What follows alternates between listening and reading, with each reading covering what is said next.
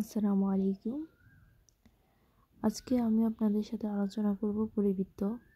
এটি নবম দশম শ্রেণীর গণিত বই। আপনারা কি চান এভাবে আপনাদের স্ক্রিনে দেখতে পাচ্ছেন যে এভাবে কি একটা পরিপূর্ণ পরিবৃত্ত আঁকতে? তাহলে মানতে হবে কিছু টিপস। প্রথমত আপনি আপনার প্রশ্নটা ভালো করে পড়ে নেবেন। প্রশ্নে দেওয়া আছে যে কোনো নির্দিষ্ট একটা ত্রিভুজ, কোনো মাপ নাই। সো আগে আপনারা যে কোনো একটা ত্রিভুজ এঁকে নেবেন। স্ক্রিনে দেখতে পাচ্ছেন আমি যে কোনো সাইজের একটা ত্রিভুজ, পরিপূর্ণ ত্রিভুজ এঁকে নিয়েছি। আঁকার পরে আপনি বিন্দুটা মানে করে বসাবেন। বিন্দু যদি নড়ে চড়ে যায় তাহলে মনে করবে যে আপনার জ্যামিতি হচ্ছে না। সো আগে ঠিক রাখতে হবে আপনার গন্তব্য।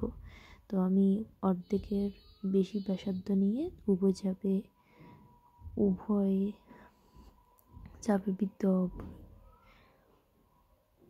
চাপ প্রয়োগ করলাম।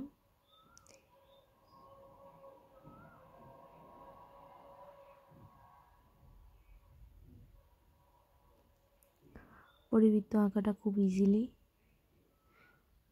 যদি ভালো করে লক্ষ্য করেন তাহলে দেখবেন যে খুব সহজে আপনিও পাচ্ছেন। যোগ করার সময় অবশ্যই খেয়াল রাখবেন যে আপনার বিন্দুগুলো কোথায় কোন জায়গায় যোগ করছেন। যোগে ভুল হলে আপনার পরিবৃত্ত পুরোটাই ভুল।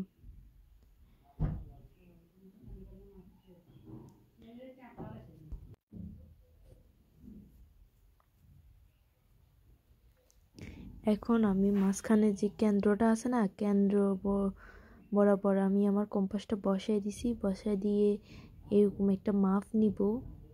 মাপটা একদম খেয়াল করবেন।